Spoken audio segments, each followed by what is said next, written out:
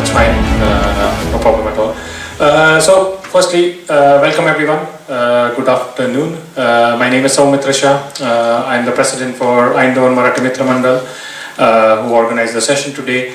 I'm one of the, let's say, just a president and a volunteer for the organization, and we started this initiative where we wanted to organize different sessions to help our community to integrate into the Dutch culture, and for that reason we have different sessions which we have planned throughout the year, and this is one of the second session for this year which we have organized, where we would like to go over the local governance, the society in general, and that is the main reason why we wanted to do it right now, was because there is elections upcoming in March, and we wanted to inform everyone what are your rights, why it is important to contribute in the society, because at the end most of us want to stay in the society and most of us have taken the passport here, so you need to contribute to the society and not just take the passport and that's all. So, and then of course as a human tendency we like to complain, but you can only complain if you participate. If you don't participate, you have got no right to complain in that sense. So that's why this session has been organized. Firstly, I would like to thank the two speakers for today. One is Chaitali Sengupta, whom most of us know. She also did the same journey, but quite a few years ago, almost I think 3 decades ago, almost. 26 years. 26 years, so 2.5 decades ago she came here. She is one of the first few, let's say, Indian diaspora people, and now working on a lot of different activities, but I will let her introduce herself. And then we have Jorrit Jingles also here.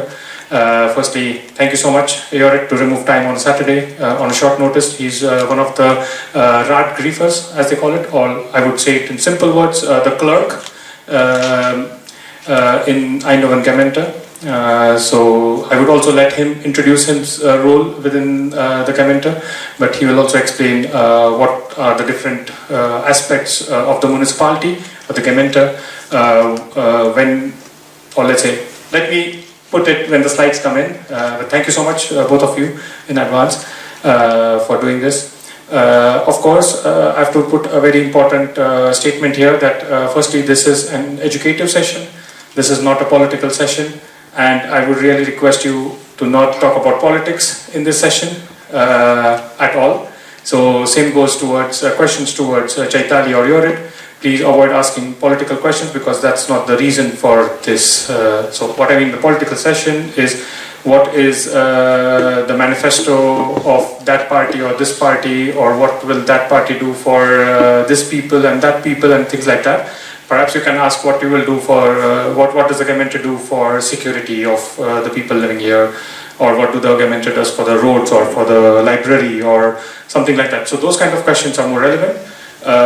Of course, there are some questions which are outside the prerogative of the Gemeente. So let's say for the national government, those questions are more relevant for.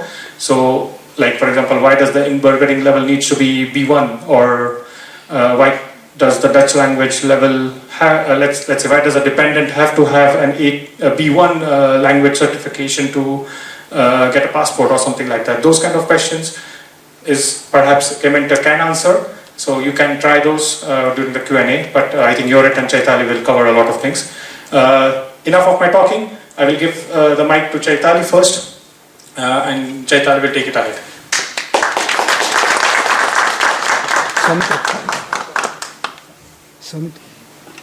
Thank you, Soumitra, for that nice, kind information and introduction. First of all, let me thank EMM, Eindhoven Marathi Mitra Mandal, for hosting and organizing this event. This is a very, very important session, I feel. And thank you to all of you for taking your time Saturday afternoon with so many things to do at home, but still you are here. Thanks so much. And at the same time, I'm looking forward to listening from you, Jorrit, about your experiences and your insights on the local governance, on the municipality, and the various other things, right? So today's topic is integration in the Netherlands, understanding society, rights and local governance. So, understanding the society where we are living is very important for social integration. That society is known for its openness, for its strong sense of community and equality. It values dialogue, it also values mutual respect. So when I see this society, I feel there is a balance between tradition and progress. And I value it personally for its inclusiveness. Inclusiveness that allows people from different backgrounds to come here and live harmoniously. I also, understanding this society also includes learning how the local government works. What are our rights? What are our responsibilities? Not only as citizens, but also as expats and internationals. As expats and internationals, also we have some rights and some responsibilities. And like Soumitra mentioned, how do we contribute to this society where we are living? How do we become a part of this society? So being informed, getting the correct information is also very important. When we have correct information, then our decisions are also based on those information. We make correct decision.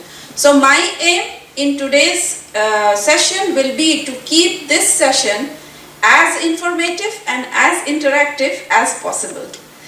So before I start, I see a lot of known faces, but I also see my ex-students, some of them are here, and I also see some unfamiliar faces.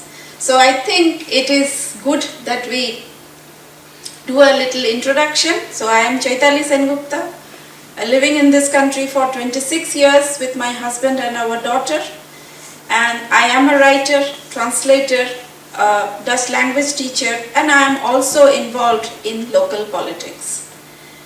26 years is a long time. It's really a long time. So what have I done in this country for all these 26 years? When I look back, I see that I have worked in this country for around 13 plus years as a finance professional in different multinationals in this city. But volunteering has always been a part of my journey. I do volunteer, I like volunteering, but I also am very passionate about reading, about writing, about translating books. I have translated books written by Indian authors into English. Also, a very famous Dutch author's book I have translated into English. And our mayor really liked it.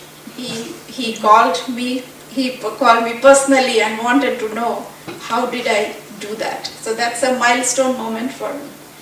I also gave Dutch inburgering classes, and I co-host Connecting Cultures together with the city councillor Miriam Frossi and my friend Supriya here. I also conduct the storytelling sessions from India because I feel that our young children who are growing up here, they need to stay connected with their roots. So other than that, yes, my time goes in reviewing books, writing articles, panel discussions, being part of the panel discussions, and also part of the literary events. I think I need to go to the next slide, but before that I would like to take maybe a moment's time, a minute, to talk a bit about how does volunteering in this society helps you integrate in this culture, in this society where we are living. So here you can see some of the community projects with which I was associated.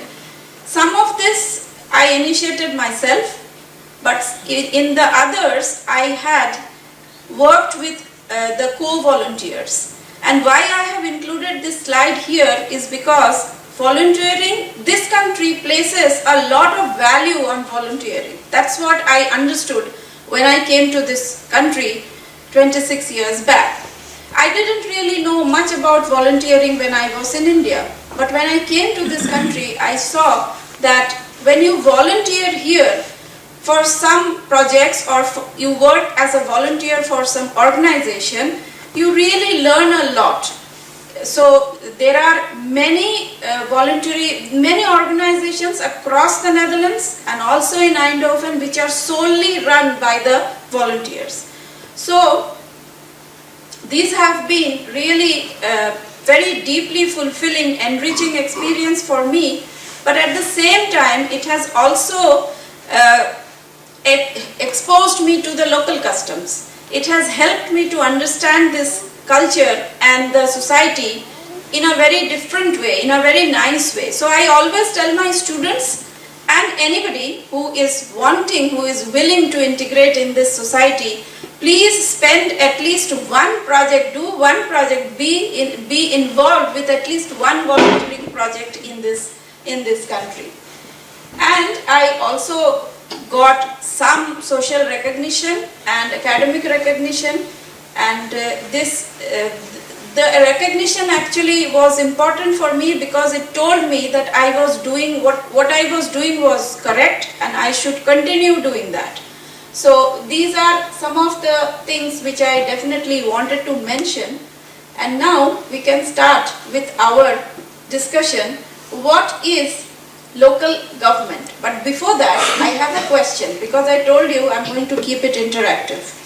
So the question is, first question is, how many of you in this room are living in this country for 5 years or more? My God, everybody, almost. Now, that's great. And how many of you went out to vote for the national elections 2.5 months back? Well, that is not so many. So that is the whole idea of today's session, that we are going to give more information to you all, why we need to participate in this democratic process, and why as an expat or as an international, what are our roles? So let us start with this question: what is local government and its importance in daily life? Now, local government is actually the government which is closest to the citizens. We have a national government, we have provincial government, but those are far away. But the local government is near to us, and it tackles the questions that we face every day in our life. So for example, the schools where your children go to study, the parks where they go to play with their friends, the public safety. Now public safety is such a huge concern among the internationals, right? Housing and urban planning, or integration, you know. I remember at this point, maybe it's good if I can share with you what one of my elderly neighbor once told me, that the work that is done by the city councillors in this country actually is considered to be very important by Dutch society. And later on, I think Jorrit is going to tell us more about the works done by the city councillors. So, let us see the next slide. So, before we go further into the local government, I think it is also important to know what are the different levels of government in the Netherlands. So, we have national government, we have the provincial government, and at the very end, we have the local government. Now, so as you can see from this slide, it is a multi-tiered political system, and the local government actually plays a very, very important role. Now, if we go further, we see the national government. Now, the national government, we all know, it is the highest level of governance. We had a national election 2.5 months back, and we are now in the process of negotiation for a minority government. The government is not yet formed, by the way. The national government deals with bigger issues like foreign policy of this country, or maybe the defense budget or those things, or maybe a national law which is valid for all the citizens in this country. So those are bigger issues. The provincial government sits in between the national government and the municipal government. So maybe I should ask one more quiz question. One more quiz question is how many provinces do we have in this country? All my students probably thinking of the K&M book, you know. How many provinces, please? Is there any multiple choice? No, there is no multiple choice, sorry. Nobody? 12, I think. 12. Yeah, Yes, 12 provinces. We have 12 provinces. And what is the name of our province? North Brabant. Yay, full marks. And the capital of North Brabant? Wow, great. Yes, somebody said Eindhoven to me some time back. But well, Eindhoven is not Jorrit. No. That is not. But Eindhoven is a very important city. It's a very important city. But it is not the capital. It doesn't matter. We are still happy, isn't it? So now what does the provincial government do? The provincial government is involved with, like for example, regional economy or regional planning or water management or maybe preservation of nature. Those are the areas, right? And then we have the municipal government, which we are trying to understand, the local governance. And it is like, for example, the street lights in your area is not working well, or the parks where your children go to play are not clean, or maybe the waste in your area is not being taken out on time. So these may appear smaller issues, only they are not small, because if these problems you face every day, then it is not small, right? Now, what else? So maybe it is also important to know have some general facts about the municipalities throughout the Netherlands. How many municipalities do we have in the Netherlands? Quiz question, yes, So many. interactive. 4. Make a guess then. 200. 18, Yeah, Jorrit? 342. 342 municipalities across the Netherlands, okay, and that is also, if you go and check the CBS, the statistics, you can also find there. So that many number of municipalities we have in this country. Let us also have some more facts about the Eindhoven municipality, which is our municipality, Gemeente Eindhoven. Now, Gemeente Eindhoven right now, or at this moment, it has 250,000 inwoners, residents. That is, the source is allecijfers.nl. But we are very quickly going towards 300,000. Now that's a huge number given the fact that this is not such a big city. It has its own challenges, but we are not going to talk about the challenges now. It's one of the fastest growing municipality. Again, maybe, let me ask you another question. How many nationalities do you think we have in Eindhoven right now? I know Supriya knows the answer, so I'm not asking you. 190. 150. No, 150. 190? Nationalities. That's almost a year. 150. Okay, Jorrit, what is it? I don't know. 170. I think around 164. 164, 168. 168. Well, yeah, okay, you were almost there. Okay, I'm and not anyone. and which is the largest group of residents? Dutch. Yes, yeah. And which is the largest number of residents with migration background? Indian. Turkish. No, Indian. we were able to beat the Turkish. So, yeah, the Indians, yes, followed by the Turkish definitely. So to represent all these residents, Eindhoven has 45 city councillors. Okay, and these city councillors are called the Raadsleden, and the councillors come from different political parties and were elected during the last municipal council elections of 2022. So these are some of the very, general facts of our municipality. And I think at this point of time, I am going to welcome Jorrit. Jorrit, please welcome. Please give a big round of applause for Jorrit. He is definitely going to tell us more about the municipal council, the Gemeente and the rest of the topics. Thank you. Thank you for the opportunity to be here. I was thanked to be here on a Saturday, but it's a pleasure to be here because I, as a raadsgriffier, so I'm a clerk to the City Council of Eindhoven, the clerk to the City Council of Eindhoven. I have people working at the raadsgriffie.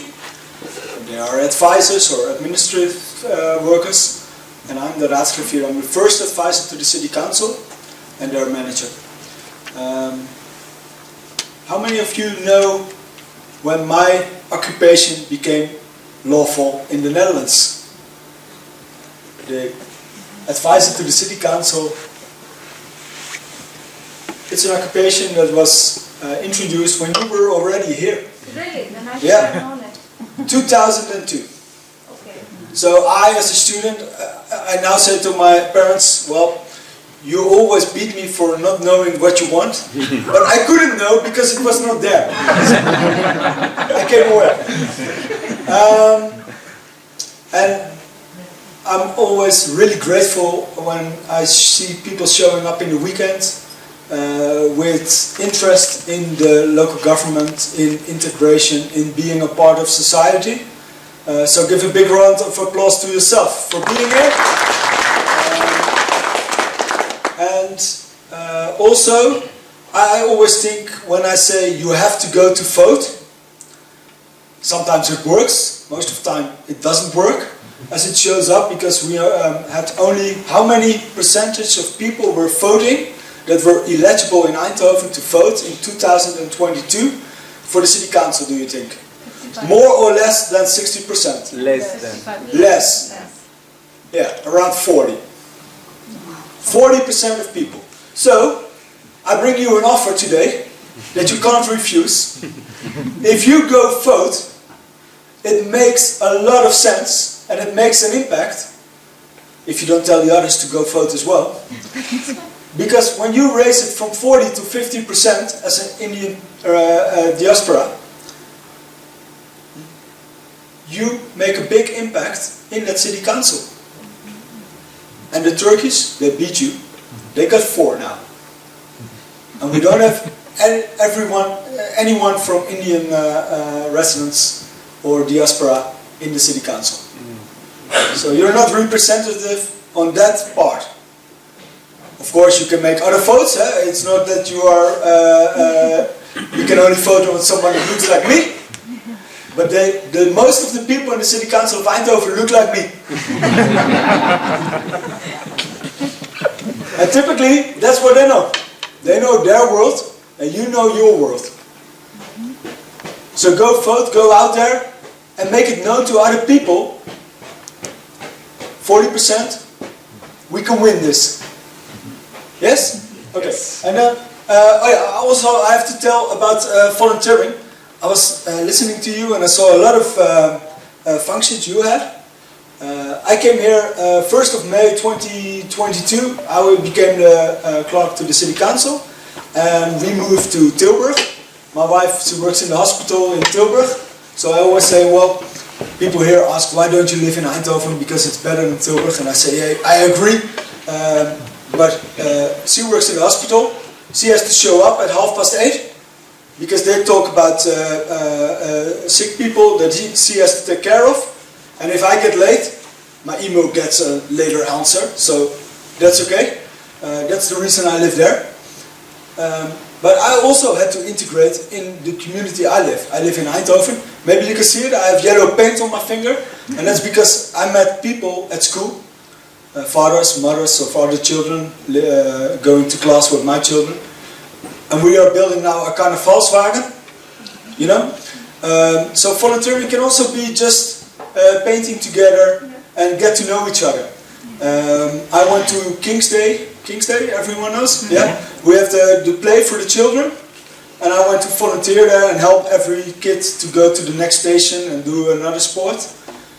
And what it gave to me, so a really small example, when I went to the restaurant or to the pub with Carnaval, there were also people going to me, "Hey Jorrit, how are you?" Next to the people that were born and raised in Udenhout and lived there for 40 years. And I, as a 40-year-old, live there now for 3 years. And people know me as well. And it makes social interaction so much more fun for everyone. So it doesn't have to be your own foundation or being a board member. It can also be that. So there's always something you can do that fits you in time, in your capacities, men, women, everyone, and it brings you a lot. So it's not an obligation to the community, it's an obligation to yourself, I guess. This is where it all happens, the magic of the city council. Every 3 weeks we have a decision-making meeting, and then I'm sitting next to the mayor. Then I'm his advisor, as the mayor of Eindhoven is chair of the College of Aldermen and the city council. That's kind of strange in this world. So in 2002 I already introduced that my occupation became legislative, but also that was because of the idea that the city council has to be far away from the College of Aldermen. So they do the execution, and the city council represents all the inhabitants of the city or the province, as you just learned.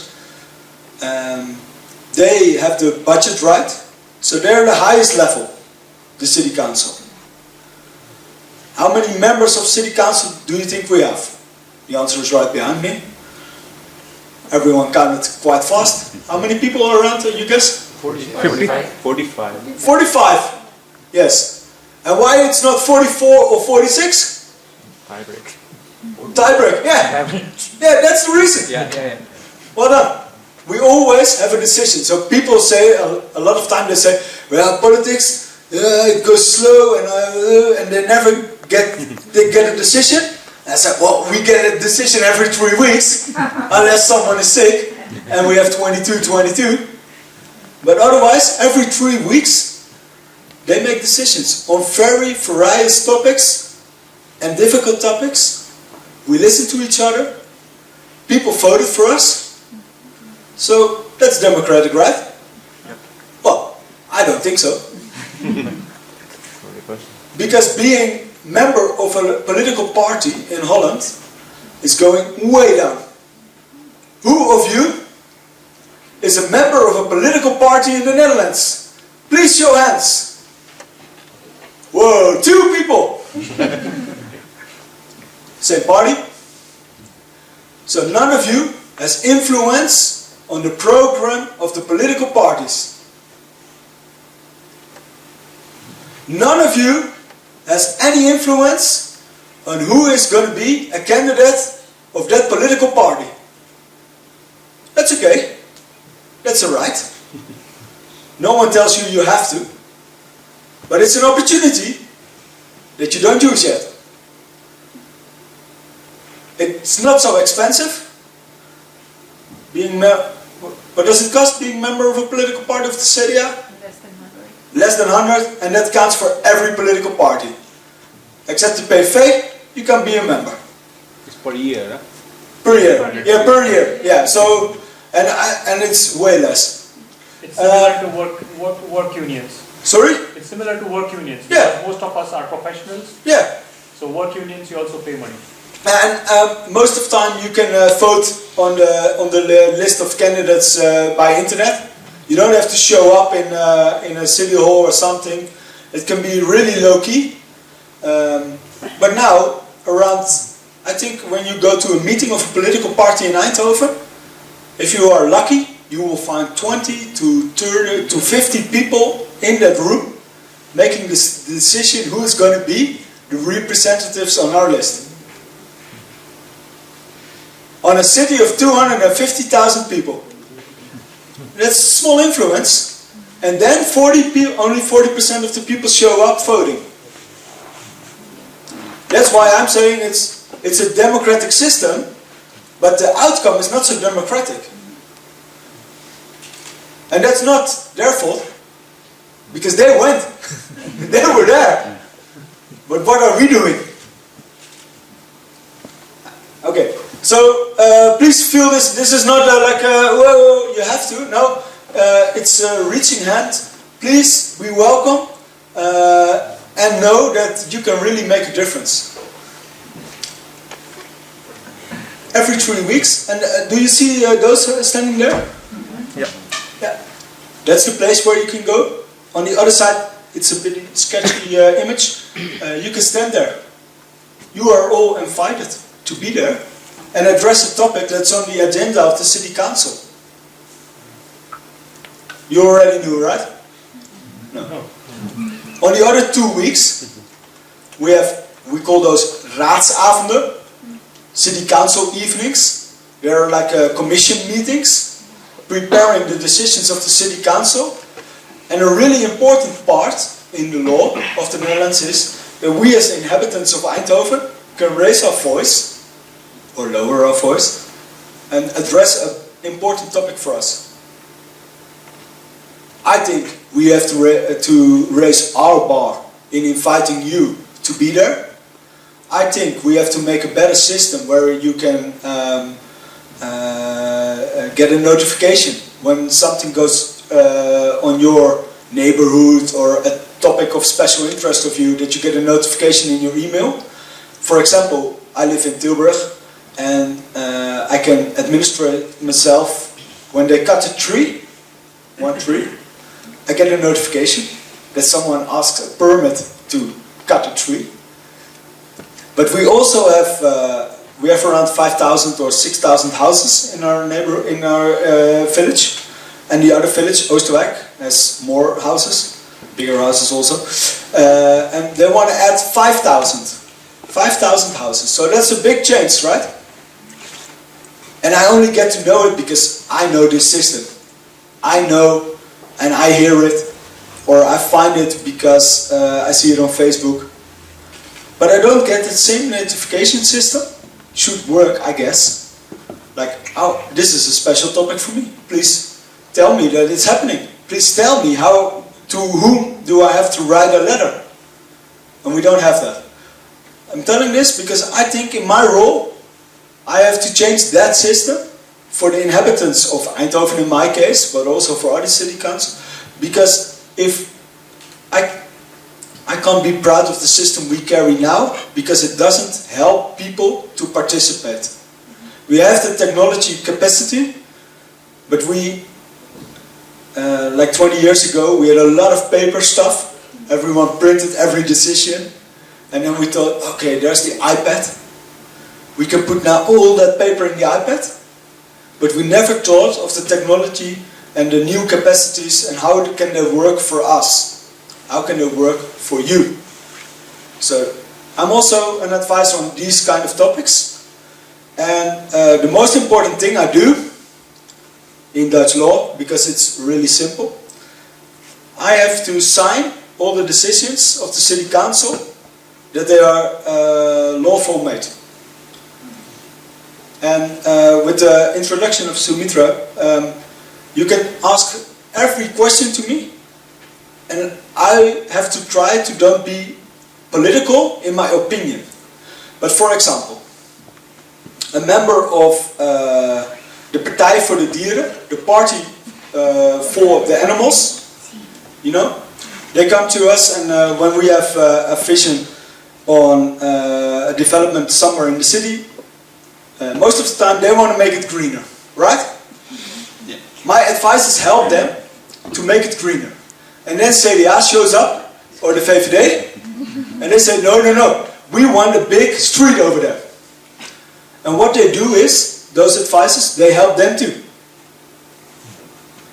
And then I say, okay, that's independent, right?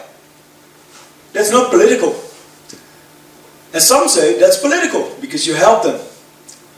And I said, no, it's not political, because for them it doesn't matter if it's the Partij voor de Dieren who makes it greener, or it's CDA or VVD making a street. That's not the topic. They help them both. And as long as we do that, we help them. Because members of city council, how many euros do you think they make? Zero. Well, it's not that bad. No.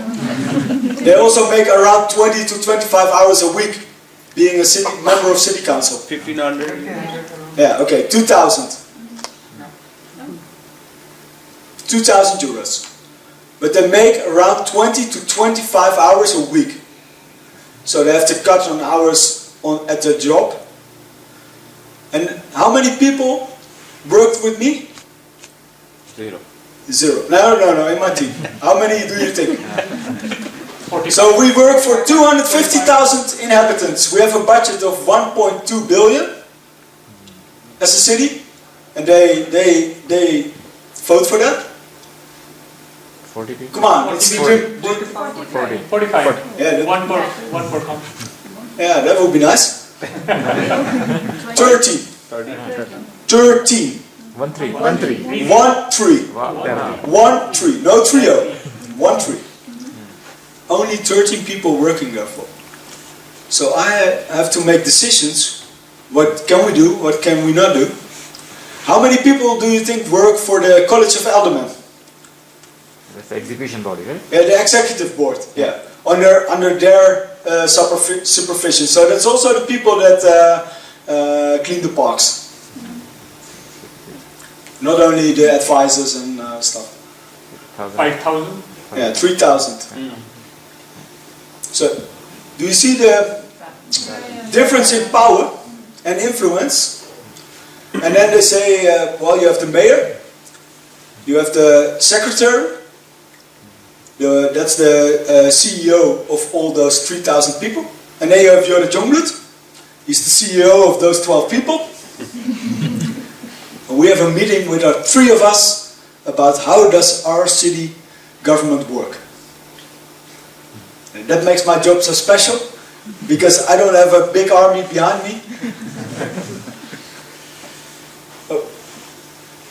The tasks. Well, they have, my colleagues, they always say we have 3 main roles for the city council. And they start with the wrong ones, so I'm starting with the right one. Being a representative of all the inhabitants. And then the second task is being a representative of all those inhabitants, and the third task is being a representative of all those inhabitants. And then you think, okay, and what are the 2 wrong answers?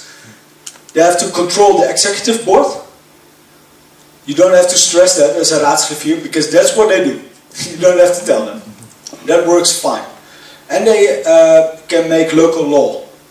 We call that kaderstelling, but I really don't know what the English word is. So they tell, well, this is the outline of policy. That's what they do. And the reason I always stress is, no, you have to be a representative of the inhabitants, is otherwise, that outline of policy, they're gonna act like clerks. They just make new policy or find some mistake on page 45 of the proposal of the council of the College of Aldermen, and they think they do their job. And I think, no, someone didn't do his job so right, so you found their error, good for you, but you didn't raise the voice of Eindhoven people. Because you have to be out there in the streets, hearing what people tell, combine that with your vision on politics, and then raise the voice of Eindhovenaren in the city council. Because that's how our system works. Let the people talk on that policy. That's a big job for me, and I'm not so successful in doing that, because most of the time they find an error on page 45. Yeah, the mayor. That's also a typical Dutch thing. How does it work with the mayor? Who votes for the mayor? Council? Yeah, council itself. The city council. Yeah, that's a bit true and a bit not. Yeah. It's really difficult. I'm going to try to explain it. So first of all, the inhabitants of Eindhoven vote for the city council, right? Yeah. So that's okay. Then we have 45 people. They form a commission of trust, and they are like taking all the letters from people that want to be candidates for the mayor. We also have a profile of what kind of mayor do we want. The city council says, okay, this is the right profile. We're going to look a mayor that looks like this. Most of the time, it's a paper of around 4 to 5 pages, because they want a mayor that does everything perfect, can do everything, is both men, both women, black and white together, etc., etc. So, because they ask everyone, yeah, what should he do? Yeah, he has to be an ambassador of Eindhoven and Brainport. Yeah, he has to be on his bike in every neighborhood. We have to know him. He has to feel close by, but he also has to stand up when he goes to Rutte or Wenning or the EU or to Trump. Oh, what you get is Jeroen Dijsselbloem. And how does that work? Well, they come together and they, we all apply to a job, right? No, not everyone, sorry. But most of the people already had applied to a job. They go to that commission and they do a proposal to the city council with 2 people on it. Okay, so I said one man that was on that paper, and the other one will be known in 72 years from now. Because it has to be secret for 75 years who was the other one on the paper. They propose 2 to the city council, and the city council decides who's going to be number 1 and who's going to be number 2. So Jeroen Dijsselbloem, we all know now, was on that paper, was one of 2, but you don't know if he was 1 or 2 when they proposed it to the city council. The city council can't talk whether he was 1 or 2 and they changed it. We only make public the number 1. That's what we send to the Minister of Internal Affairs. He makes a proposal or to the minister board, and they decide in name of the king who is it going to be. Please chill. They always decide who's on that paper. So it's not like, okay, you had Jeroen Dijsselbloem on top, but we don't like him, we take your number 2. We only do that because in time people can get another job, can get sick, or it even happened, I guess, that someone died, and then you have to take the number 2. So that's why they do that. They don't swap them. And then the king formally decides who's going to be the mayor. He signs it. That's all. It's in his papers. And then the city council is, of course, political, really important in the city. But who do you think has the talks with the mayor about his functioning? The men houses. They wish. The elder man. Huh? No. No. That's also really strange.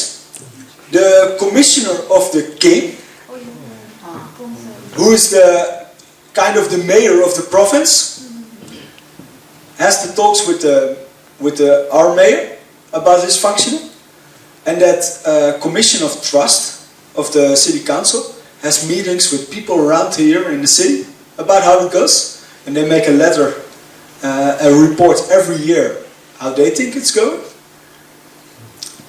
But the city council is not the boss of the mayor. The commissioner has those talks, and in 5 years the mayor is addressed for 6 years, and after 5 years he has to say, okay, I had a good 5 years, people are really positive about me, I have the energy to go for another 6 years, or not. And there can be all kind of circumstances why they do that. Becoming 70 years of age, then it's done.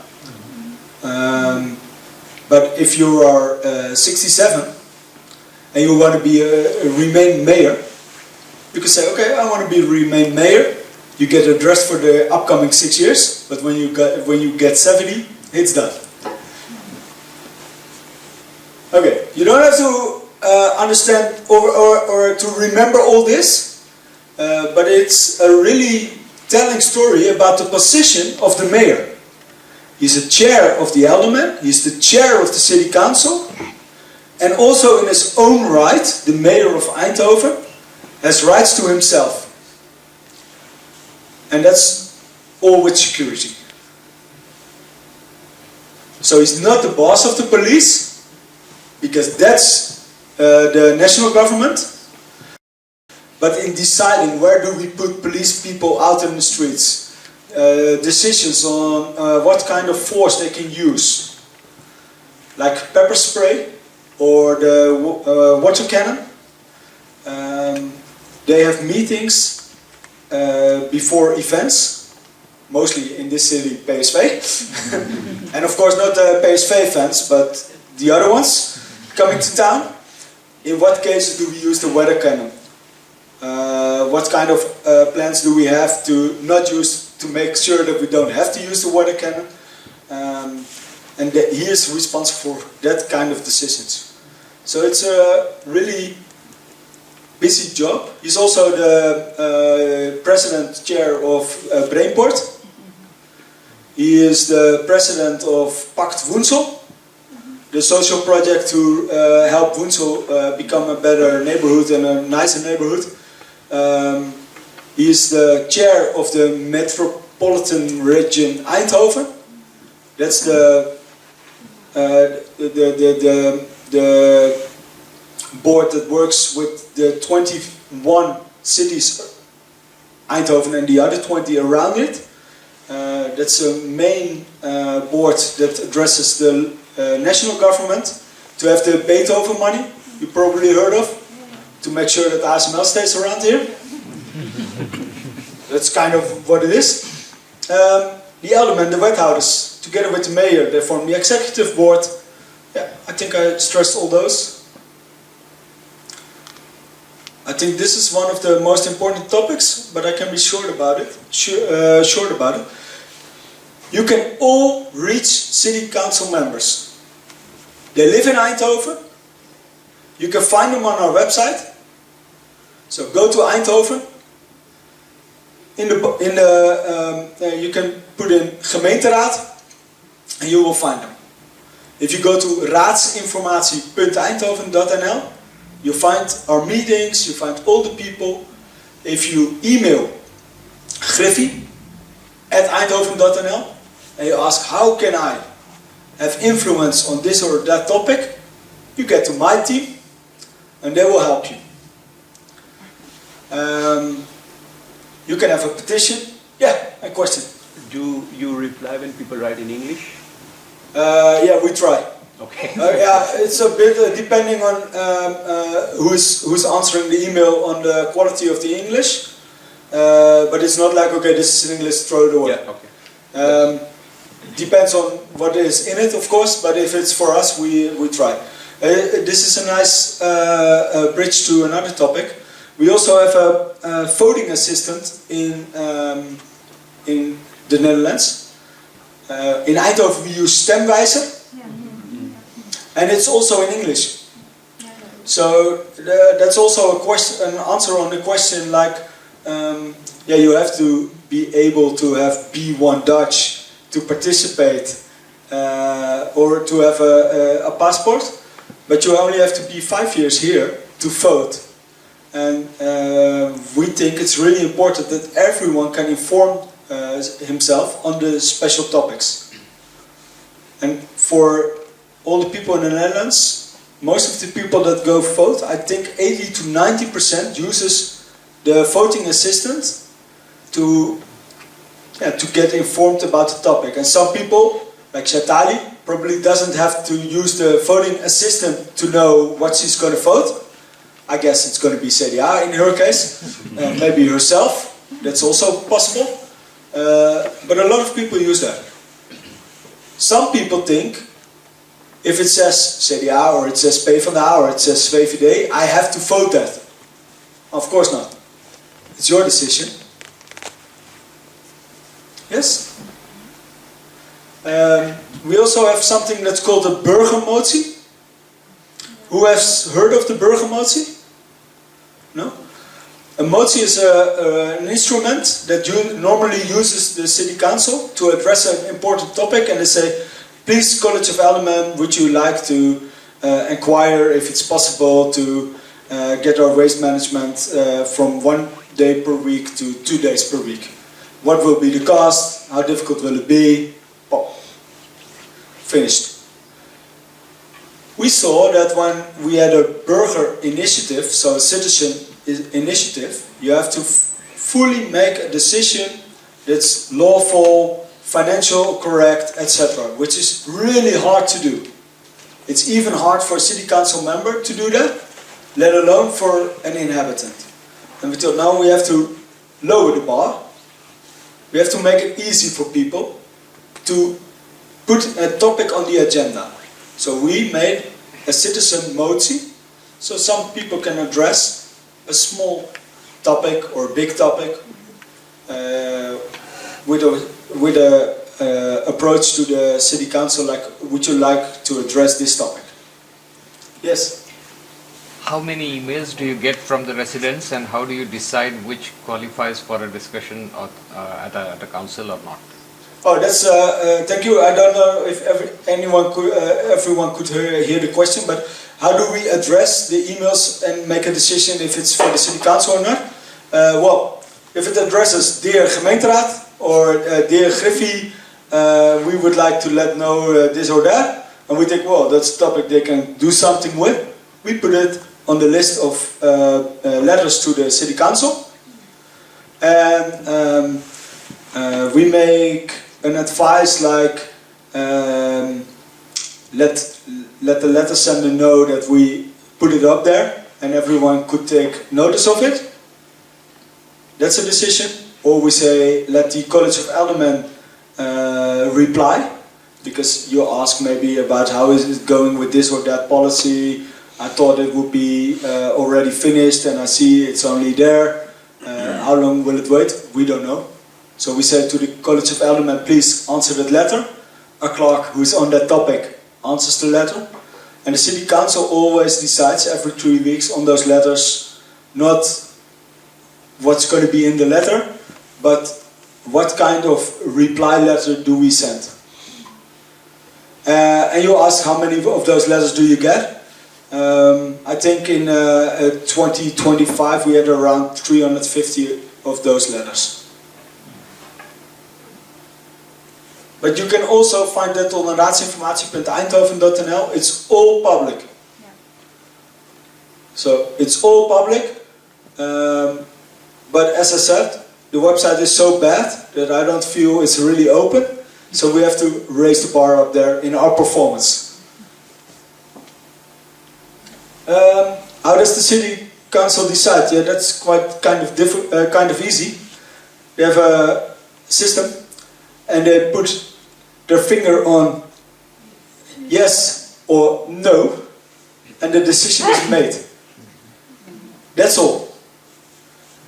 And around a month ago we had a 22-22 on a proposal that would change the decision, the proposal of the city, of the Alderman College, and then we couldn't vote on the final decision because we didn't know, are we gonna change it? So 3 weeks later we decided on, are we gonna change it? It went 23 20, I guess, something like that. And then we knew, okay, it's going to change, and now we can vote on the final decision. And then it's done. So then it takes 3 weeks longer. Typically, if there is a question to the city council, let's say that, okay, you want to close down this road and make it exclusively for walking. Yeah. How long does it take? Does it take years? Does it take months? Or Somewhere in between. Because that sounds like a clock, right? Safe answer? No. To have that topic, you have to find a member of City Council Eindhoven who's going to address that topic for you in the City Council. okay. Because the letter itself doesn't make it an agenda for the City Council. I think we have to improve that. I worked in Zaanstad, and there we had also the opportunity for you to come to the City Council and have your own topic on the agenda. You got 5 minutes to explain it, and that sounds short, but here you don't get in the meeting. You only get in the meeting when it's already on the agenda. So that's a bar. That's higher than it was in Zaanstad. And then when they decide, yeah, we're going to change it, you have other decisions made, and you have local rules that it now says cars can go there, and then you have to change that policy, and then we have to put on the street signs, and we have to change the road. That takes more to a year or longer. Yes? Just a follow-up question, considering all the last two questions both of them are asked. I know data is available on the website, but as you said, website is also not very good, so good to ask you. What is that one frequently asked highlighted question, like a topic the City Council get in last, let's say, 1-2 years? I think we got the most people when we had it about traffic. So the city of Eindhoven decided that the maximum speed in Eindhoven lowers to 30 kilometers per hour. That I say we, but I'm not part of the decision, but I feel involved, and that we don't want cars in the city center. And they call it, we split up the city and we make different routes for the cars going outside and then going inside, instead of the cars going through our city. And Eindhoven comes from a long way, because in the 70s the city was built for cars.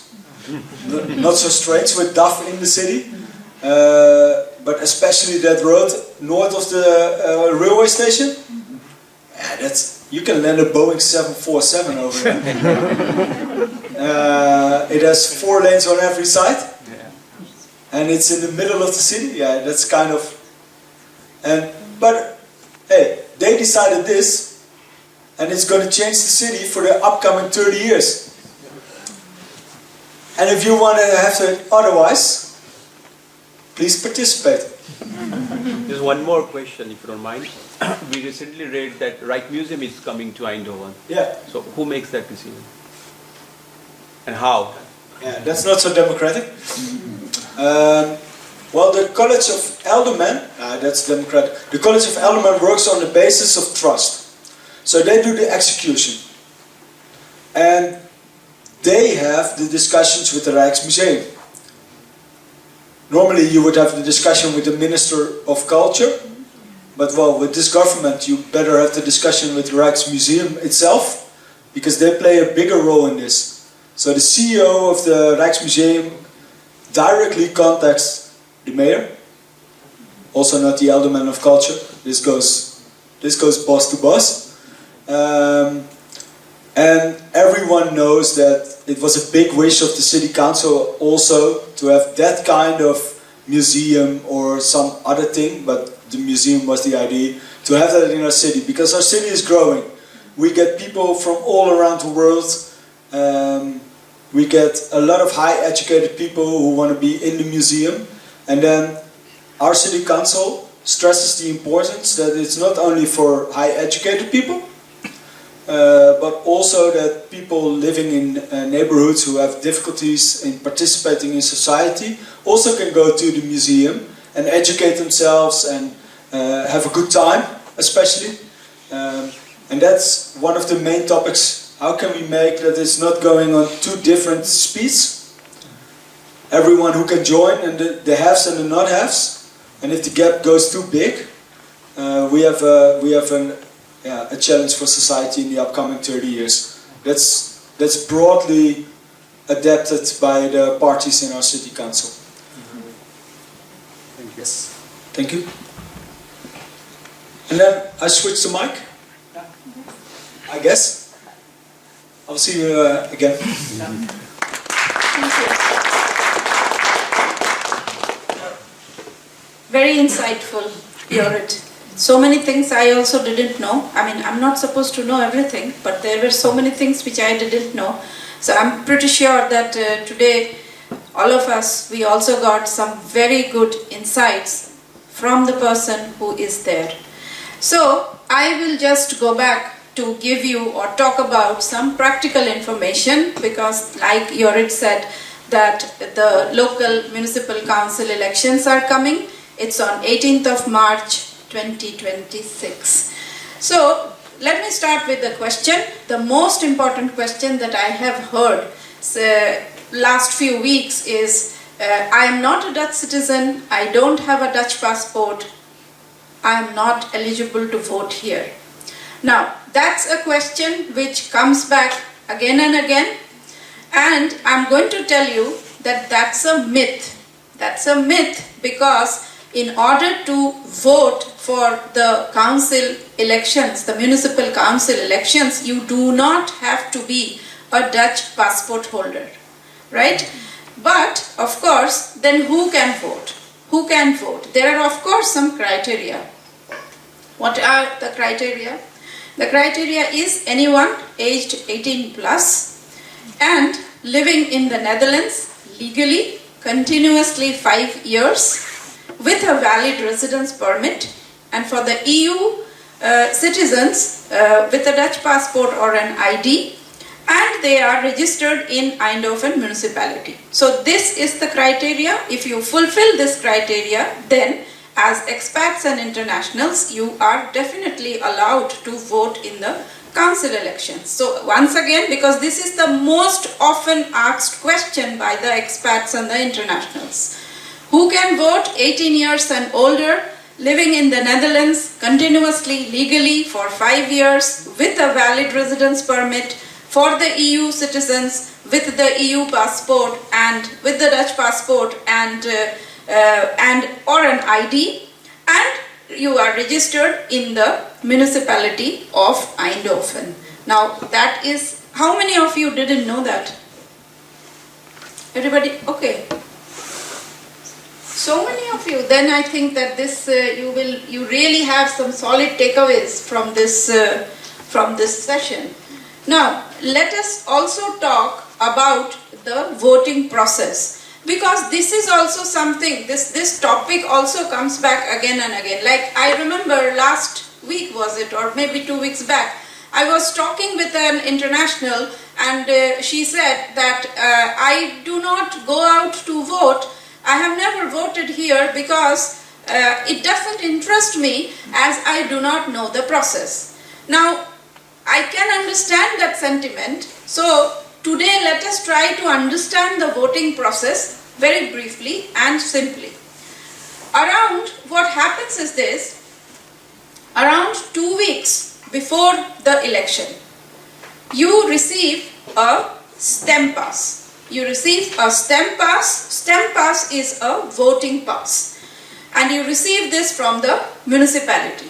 So again, to answer one more question which I often get, how do I register to vote? You do not have to register yourself separately to get the voting pass. You get the voting pass from the municipality, and I will show you a picture of the voting pass, of the stamp pass. This one I got from the internet, so it is not mine, of course. Now the STEM pass, this voting pass, it will also have the address of the local booth where you are supposed to go and cast the vote. Although you can vote in any different booths in the city itself, but the STEM pass will have that particular address of the booth which is nearest to your home, right?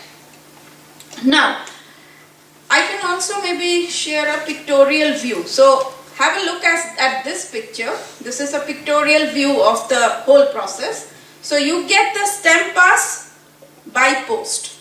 You receive it by post at your home, and you see a picture in the middle where there is a cross. It is trying to tell you the STEM pass, you are not supposed to throw away the STEM pass in the dustbin, right? Why is it shown there? Is because there had been cases. There had been cases in the past where the internationals, expats, they simply threw away the STEM pass because they didn't know what to do with it. What was it? So that's why. So you are supposed to preserve your STEM pass, right? Now at the same time, you will also receive something called a STEM list. Now a STEM list is a big, big paper where you will see the list of the names of the candidates per party. So you will open it and you will see party number A, 15 people, party number B, 35 candidates, party number C, 20 candidates, like that. So the whole idea, why do you get this? Why do you get this? Is because the aim is to kind of give you the idea, these many number of candidates are contesting this time in the council elections. But it also gives you an idea of the ballot, the actual ballot paper that you will be receiving.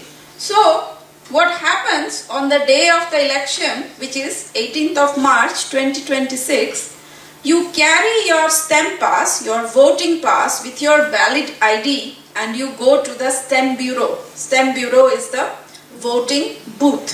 So you go there with carrying this STEM pass with your ID, and the booths are of course open from 7:30 in the morning till 9 o'clock in the evening.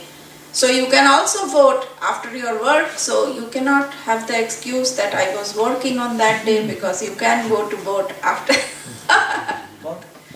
And it doesn't even have to be valid, your ID. It can be as old as, I guess, 3 or 5 years, and still you can go. So that's an excuse less. Yeah. So there is no reason why you shouldn't go.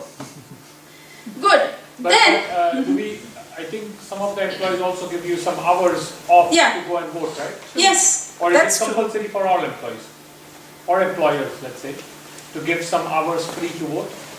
You can ask your team lead or whatever project manager that I want to go and vote, but they see, because the booths are open till 9 o'clock, even after your work hours you can very well go and cast your vote. And the booth is also at the railway station, or at the library, or at the city hall, or in the church, or nearby, or in the school where you pick up your children. Yeah. So there is no way that if you don't want to give, then it is different, but there is simply no reason why you shouldn't be doing it, right?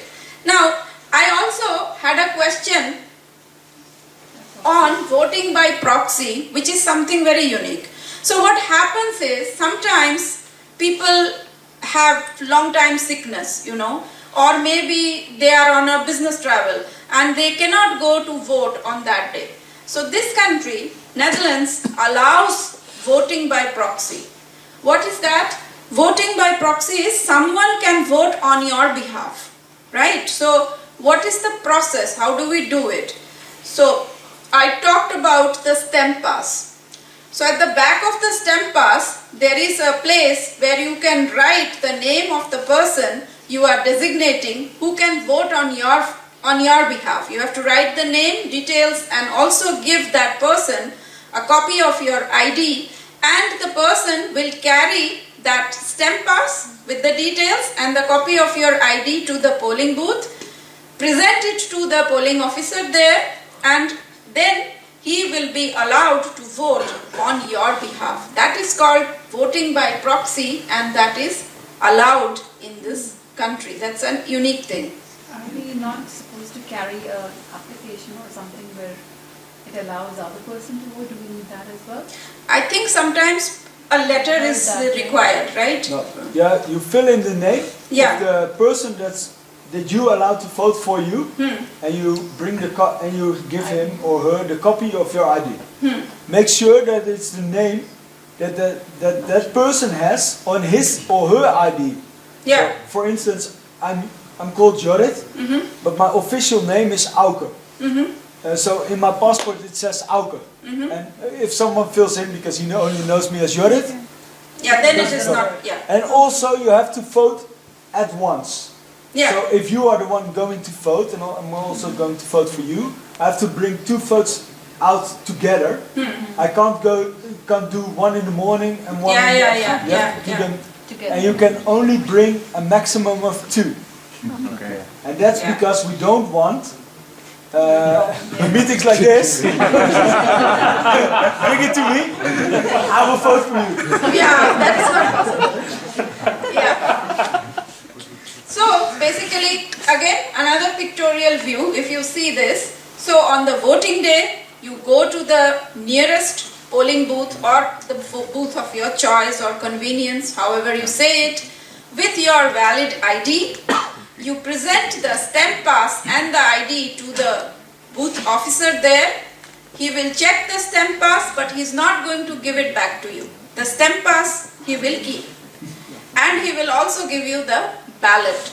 And you take the ballot to the voting booth there, or the voting counter, let us say, and you open it, and you have seen it before because it is just like the stem lice that you have already seen. So you already know that these are the candidates, the names you already know. And you find out, or whatever you have decided, which candidate resonates with your values, and you take the red pencil, circle in that, fill that circle with the red pencil, fold it and put it in the vote bucket. That is what you have to do. That is what the process is. Now, till so far, after hearing everything and knowing about the process in brief, probably some of you are still thinking why local government matters to us. Why does internationals and the locals, or the internationals and the expats should go out and vote? The thing is, because this is a question which repeatedly comes from the internationals. Why should we vote? What is the need? So I can share with you something which I heard very recently. I was at a specific kind of a gathering, and somebody told me that person is international who is living in this city for almost 11 years, and the person said that everything is going absolutely fine for me. I have no complaints, everything is fine. Why should I go out and vote? There is nothing to complain. Now, maybe that is a sentiment many of us have, but my answer to that is, because everything is going very well, because everything is going fine, then we need to preserve it that way, right? We need to keep it, we need it to continue, and if possible, to better it. For that, we need to go out and vote. That is my answer. I would also share with you one very important point which I feel is very important. It's my personal opinion. This country allows you as expats and internationals to vote in the local council elections. But not every European country allows you that. There are countries where the governments of those countries will not allow you to take part in the democratic process until and unless you are citizen of that country. But here, yes, we are allowed, we are as internationals, as expats, we are allowed to participate in this process. And to me, this is a very, very unique right. And if we are not utilizing that right well, then I think it's a pity. So, what I would also like to say, with one vote, like Jorrit was saying, with one vote, your vote is so important that with that one vote you can also see it's a noticeable change that you can see in your community, in your neighborhood. And lastly, I always feel that what Jorrit also said, what Soumitra also mentioned in the beginning, that if I don't vote, then I also don't have the right to complain. And if I don't vote, then I am kind of allowing others to decide for me. I am allowing others to decide for my children's education. I am allowing others to decide for their life, for their integration process. Because the expats, I know that they are very, very interested and also very curious. Sometimes also worried how our children are going to be integrated in this society. So for that also, I think I need to go out and vote. The internationals need to go out and vote. I think, Jorrit, you can also add something here for the next topic, the one which is a very important topic, I felt. Yes. Yes, in many ways is the answer. With the organization, we have area coordinators, gebiedscoördinatoren, that are clerks that are in the neighborhoods, and they know the main players in the neighborhood, and you can find them. And if you have an initiative, approach them and tell them, hey, I want to have a better playground, or maybe we can do something about the speeding cars, or we should have a library with more English books, or books in English and Dutch. That's better. Together to learn the language.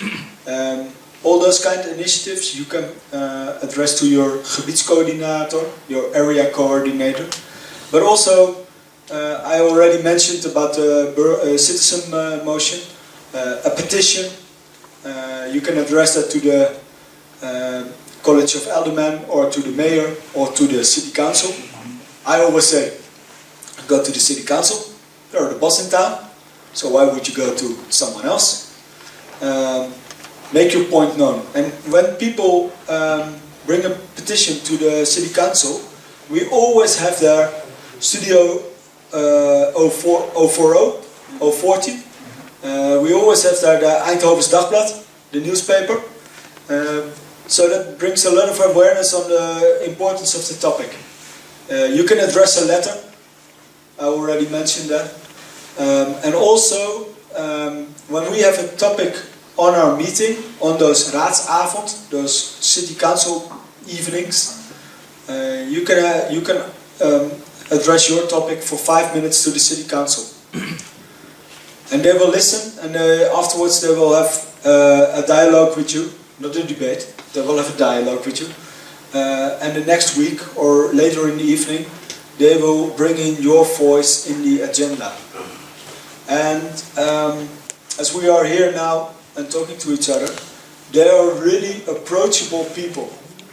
Different backgrounds, but what those 45 people bounce is they are proud of Eindhoven, they are proud of being a representative of the inhabitants, and they are curious what you have to say, because they are there for you. That's how they feel it. So they're all always really thankful. They always say, and that's thank you for being here tonight and addressing us. It's really important for us. And I think it's polite, especially for Dutch people, to remain telling that, because normally we think, okay, it's already told, so we carry on. Let's be effective. But they really, really do that. So please be welcome, be invited. Find your way, and if you don't find your way, find someone who can lead the way for you.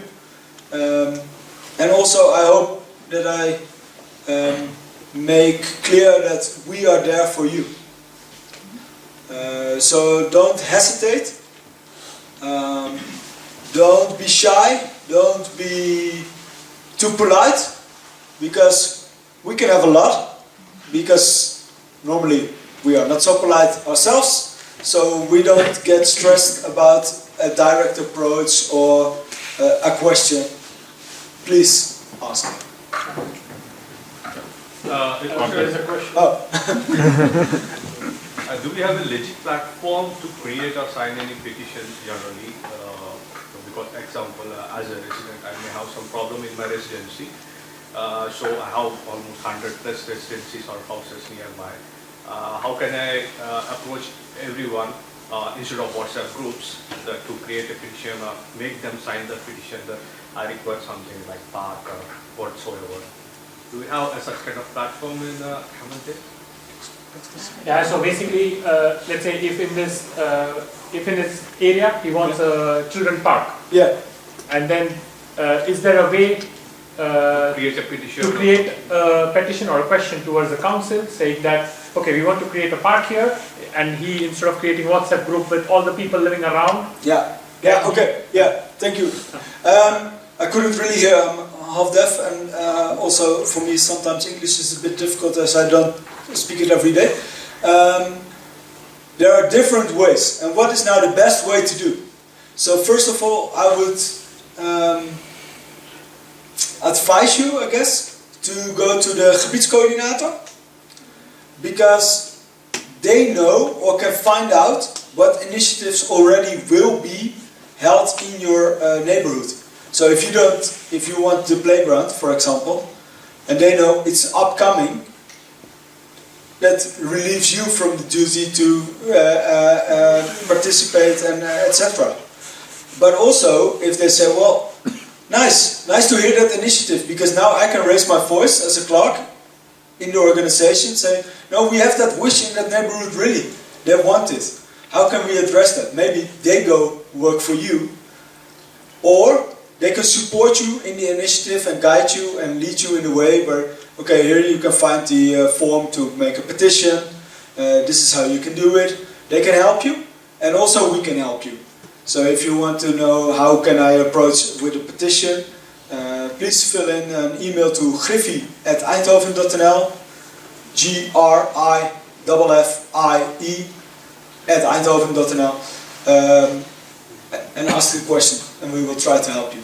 So we know our area coordinator by sending an email to the Griffie? No. Please find those on the website. Otherwise we have to... so if you know where you live and you find the gebiedscoördinator, you can find it on the website, I'm sure. And otherwise, if you don't find it, call 14. Do you already know the telephone number? 14040? Yeah. Yeah? They can find the gebiedscoördinator as well. Yes? So when we file the petition, so it goes well, we can inform to the neighborhoods that okay, you can also sign it. The problem is the lead time of addressing it from Gemeente or the council is too long.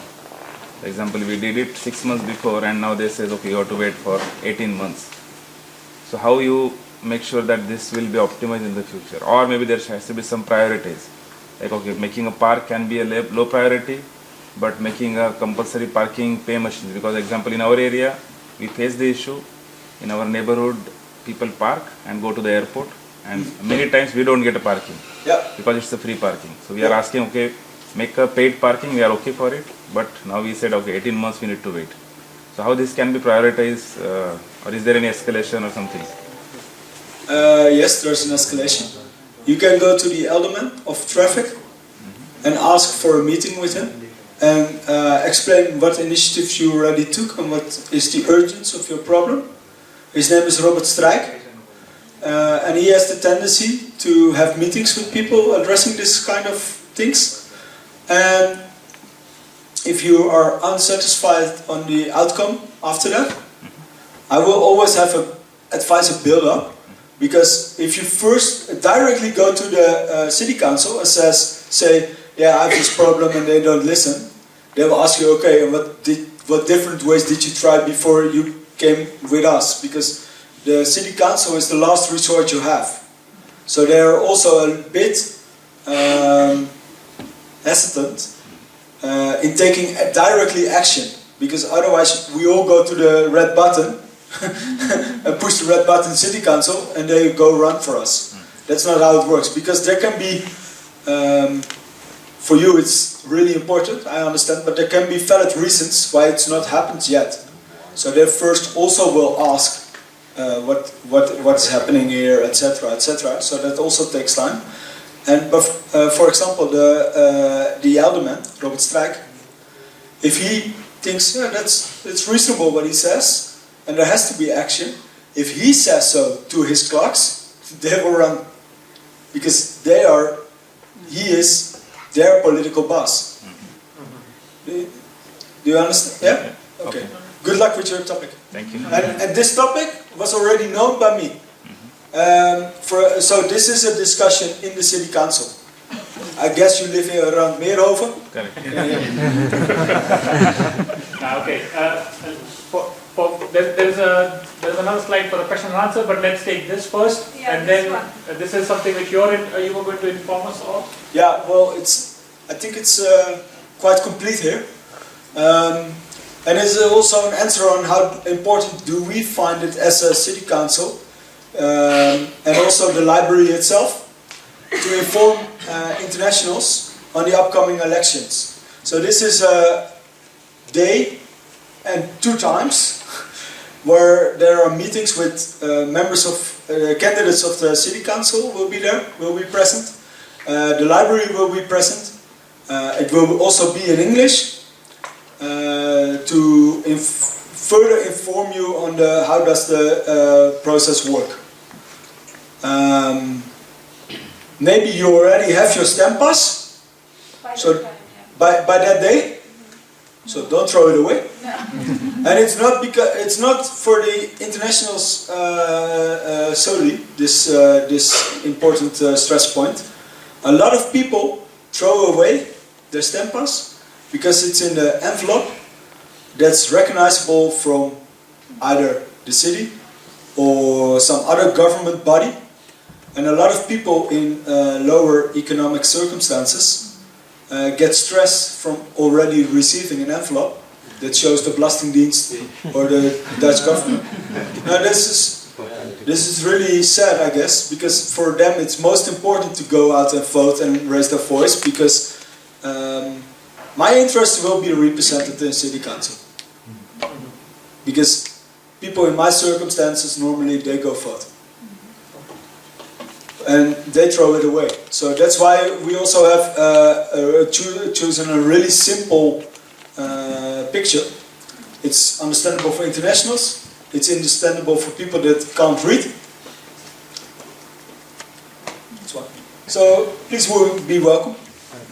A question, mainly from the perspective of international, especially when you see the stamp pass, it's big, long. That is the stem lines. The stem lines. A lot of parties, with each party having a lot of members. So I know earlier in the talk we talked about getting involved in a party, but how can we also make it a bit more easier to understand what party is what, and also within the party, let's say you at least have an idea of what the parties are, but within that there are still a lot of candidates that are there. So yeah, what would you recommend? I mean, other than really getting very deep into, okay, now what does this candidate stand for? Which, if people are already not even voting, so how do you make it a bit more easier? Every party has a election program, they call it, and it stresses all the main topics that they find, and their stance on those topics. And if you really want to be informed and do it better than everyone else, you read those. And before you do that, you could, for example, Google what kind of party stands normally on what stands on what topic, because we will have around 17 parties on that stem billet, but maybe only 5 parties are for your interest, so you can take out the 12 other programs that you have to read. But didn't you mention the website which helps people choose which party? Yeah, stemwijzer.nl. So that's the first. But that's part. really High level. yeah. No, low level. Low level. It has 13 definitions. Yeah. So it says there should be more paid parking in Eindhoven. Which party proposes yes and which one no?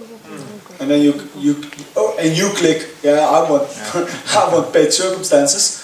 And then you say, okay, they don't want it, well, I don't go vote on them. Yes? Additionally, just to add on to what you already said, I think that in the, this is also in the national elections, but also the municipal ones. Any political party you have, you can go to the respective website and you can find even the, like the top candidates lists and get the information about them in the website itself. Yeah, true. Okay. Also, I also just want to add something. So we have Radio for Brainport, that's a radio station in English for internationals. And there also we are doing something like information sessions, where we are inviting people from different political parties, so they are expressing their views. And also we are planning to organize an international debate, where the political debate, it will be in English, so the political parties' representatives will be there. So probably that will also help. So, but I think, can we go to the next slide and then we are done, then we are completely into Q&A, because I think that's one of the last slides. This was one of the this was one of the last slides. Yes, the date March 18. That is the date of the municipal council election, and I think this was like we said in the beginning. Our aim today was to give the information to you, and I hope that Jorrit and myself, we have been able to give you some good information, some good takeaways from this session, and I think now we are ready for a small Q&A, right? Yeah, yes. I think now perhaps. Now is the time to ask questions, whatever you have for the whole slide deck which was given, and use this time wisely, and we can take Q&A for, let's say, 5-10 minutes maximum, or till the questions exhaust. I have a bit of a question, maybe it interests or not, I don't know. But for example, with the integration, we always promote to learn Dutch as a language, and we try. But there is a gap when we when I want to read a newspaper, and it's very hard to read complete and get all the information. So we already have some few Dutch English digital newspaper, but I was talking to some reporter as well, and they say it's not in their business interest to have a written like a hard copy English newspaper. So is there a way Gemeente can pitch in this, like not a daily one, maybe like a weekly or monthly newspaper? For example, news like. Now I know myself, because of my interest, I know like the Rijksmuseum is coming up, or the bowling pins are going to go out, or something like that. But not every news we can follow by a Dutch newspaper or the digital one. So I'm not sure what is this like a right platform for this, but how do you see that? Well, it's a good question. I think it's really important that we have local press, and also local press that is knowledgeable for everyone. But we also have free press, so it's not a task of the city or the Dutch government. So it's a free market, and people have to publish that newspaper. What you can do, I guess, is the Eindhoven Dagblad. It writes a lot about our city. You can put it in a Google Translate, the article, and then you can really read the same article in English. And the problem is if you don't scroll every day or you miss something, sometimes you miss the news because it's just articles. But when you have a hard paper, you sit on some day or like you just can scroll sometimes. Yeah, but if you sorry for interrupting you, you can how do you say, an abonnement? Subscription. You can have a subscription on the Eindhoven Dagblad, and you can go way back in time, on the time that suits you to read the article. Maybe I can add something there. The Eindhoven Dagblad have recently started an international page. I think you know that, or if you don't know that, you can also give it a try. So this is on the international page, they write everything in English. So I know you are saying about the hard copy, paper, you know. because it's not viable for the businesses No, it to do isn't. that. But No, that's it where I was isn't. looking for. Maybe Yeah. Gemeente can help some news company to put in some money and they can publish it. Maybe whatever the.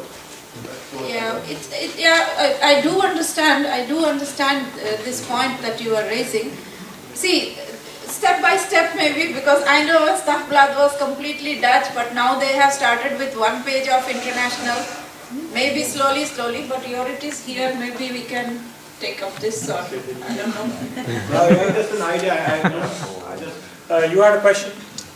Yeah. So, good afternoon, everyone. Thank you, Chaitali ma'am and Jorrit, and thank you, EMM, for planning this session, which is most useful information. And my question too is, so what it means to integrate? For me, integration mostly meant like, okay, clean the Dutch exams, right? So what it really means, does it like volunteering? Does it like contributing to society, or along with the learning Dutch? So if you can elaborate. And for the expats, so there is no single platform which can guide where to start from, right? So it's only like during the 5th year or before 5th year you start, okay, panicking and trying to learn Dutch. But if there is a guidance can be given to an expat since beginning, like this is first step, you do this, then it's like going to next step, things like that. So. Well, legally, we only address that you have to learn the Dutch language on a B1 level, and then you can address for your passport. That's the political outcome of the national government. And my personal opinion, so not as a representative of the city of Eindhoven, is that as Dutch people, we are not aware of our own values and traditions and what it means to be a Dutchman. What makes me a Dutchman? Our queen, when she came to the Netherlands and was here, she said there's no such thing as a Dutch way. Because, no, but Holland from ages ago, centuries ago, has been a country that always had internationals coming in. We were a free space. So, what is the Dutch way? I don't know. Because some have German blood, some have Moroccan blood, some Suriname. We as Dutch were not so good in our history. We have done some really bad things. So I also think, and I think my strongest negative feeling about the integration debate is it always stresses what the international has to do, or the refugee, but it doesn't ever stress what I have to do, because integration comes from two sides, I guess. That's my opinion.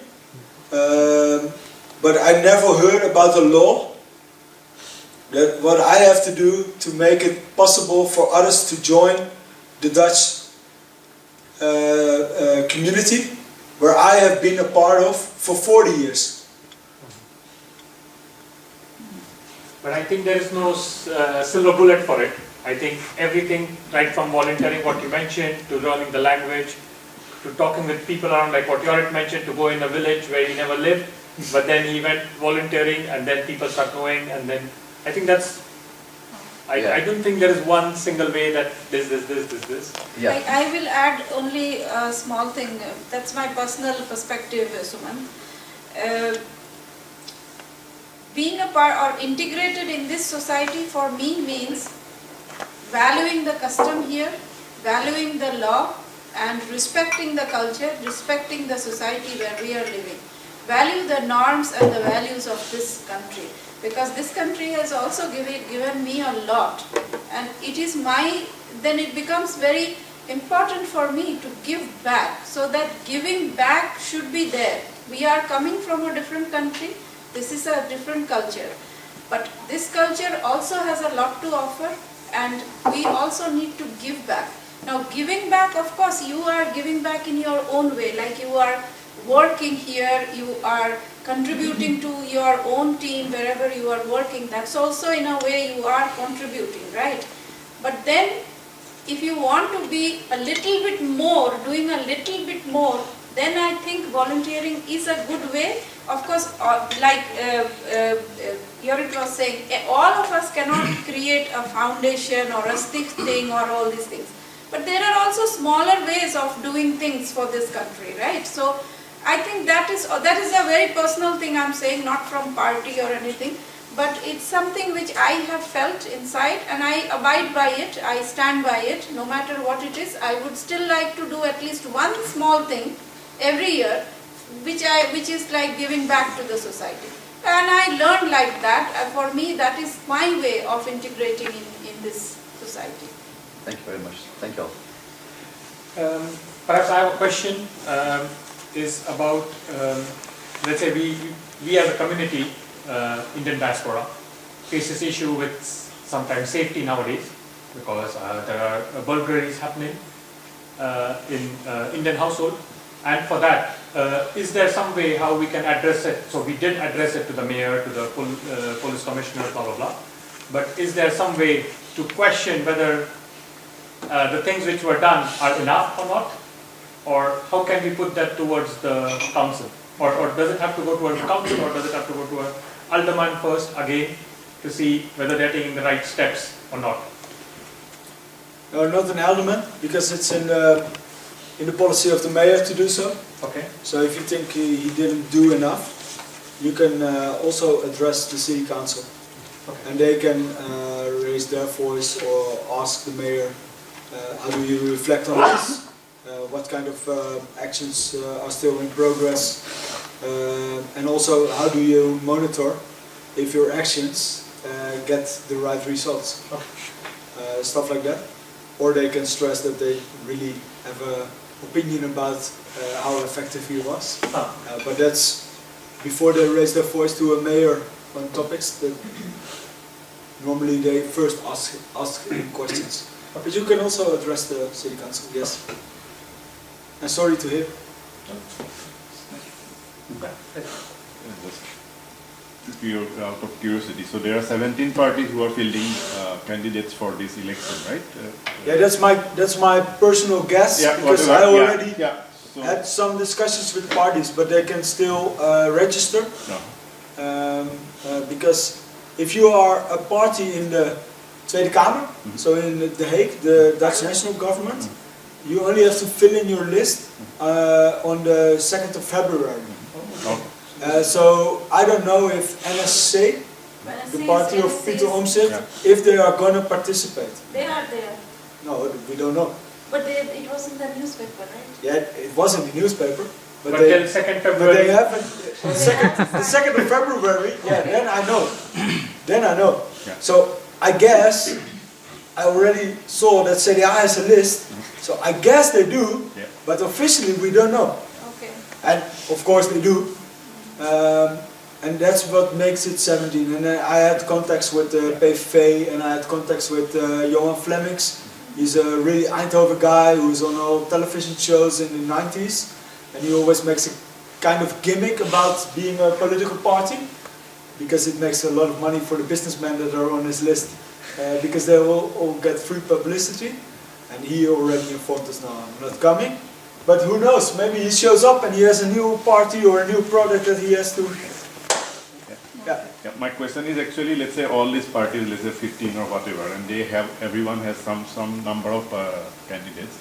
How does it work exactly? Now, let's say CDA has some 10 members, and then whoever gets the maximum vote, they get there, or in terms of the party, it gets accumulated and they decide who are the top 5, they will go from there. How does it work? Who gets most vote, automatically they become member, or there is some other process? Because I know in the national election it's a bit different. Okay. So first of all, the political parties decide who's on the list and the ranking. That's their business. They register, and then they are on the stembiljetten, on the voting list. And then we have 45 seats in our city council, and we have 250,000 inhabitants. around 120,000 people, I guess. 100 until 150,000 people in Eindhoven are eligible to vote. Let's say 120. So what we do is, those 120,000, we get a 40% people participating. So around 50,000 people.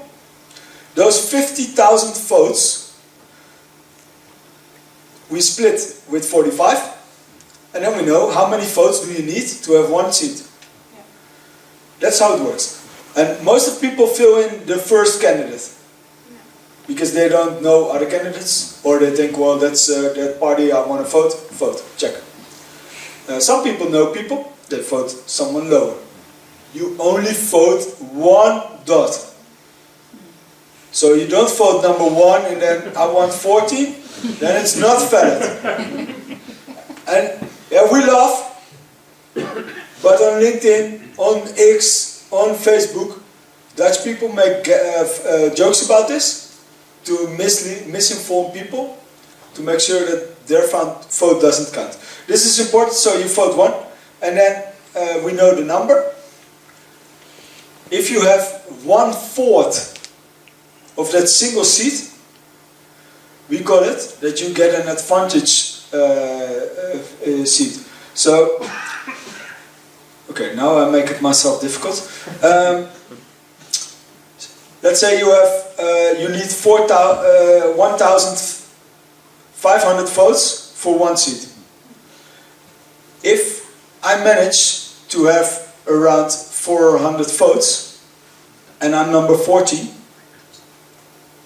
and I get more votes than the number 2 or 3 on that list, and my party is eligible for 3 seats, but the total number of votes my party got, then I go from 40 to number 2.